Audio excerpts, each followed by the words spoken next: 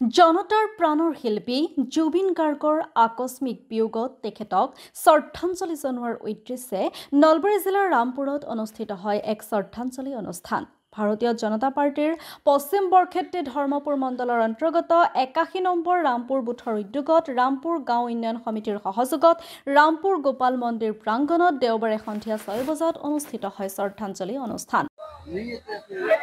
আজি ৮১ number booth ভাৰতীয় জনতা party লগতে ৰামপুৰ গাঁও উন্নয়ন সমিতিৰ সহযোগত আমাৰ ভাৰতবৰ্ষৰ লগতে অসমৰ শিল্পী জুবিন গাৰ্গৰ মহাপ্ৰয়াণৰ কাৰণে আমি তেখেতৰ আত্মাৰ সদ্গতিৰ কাৰণে গোটেই গাঁওবাসী লগ হৈ ৰামলৈ তেওঁৰ নামত আমি বন্তি প্ৰজ্বলন লগতে পুষ্পাঞ্জলি অৰ্পণ কৰিছোঁ। তেওঁৰ আত্মাৰ সদ্গতিৰ অৰ্থে যাতে তেওঁ আমাৰ স্বৰ্গত স্থান পায় আৰু এনেকুৱা এজন শিল্পী আমাৰ মাজৰ পৰা হেৰুৱাই যোৱাত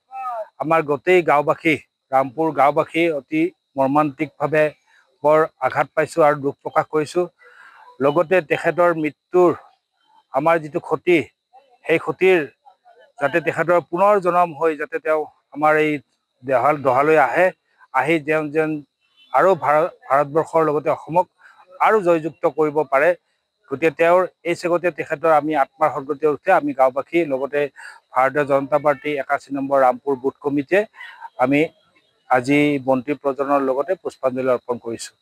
ৰামপুৰ গাঁও উন্নয়ন সমিতিৰ প্ৰাক্তন সভাপতি যুগল গোস্বামীয়ে আধৰা অনুষ্ঠানটোত বন্তি প্ৰজ্বলন কৰে ৰামপুৰ গাঁও উন্নয়ন সমিতিৰ সভাপতি ৰমণী নাথে আৰু সমূহীয়া শ্ৰদ্ধাঞ্জলি অনুষ্ঠান মুকলি কৰে ক্ৰমে দৌলাশাল ৰামপুৰ গাঁও পঞ্চায়তৰ উপসভানেত্ৰী নমিতা গোস্বামী,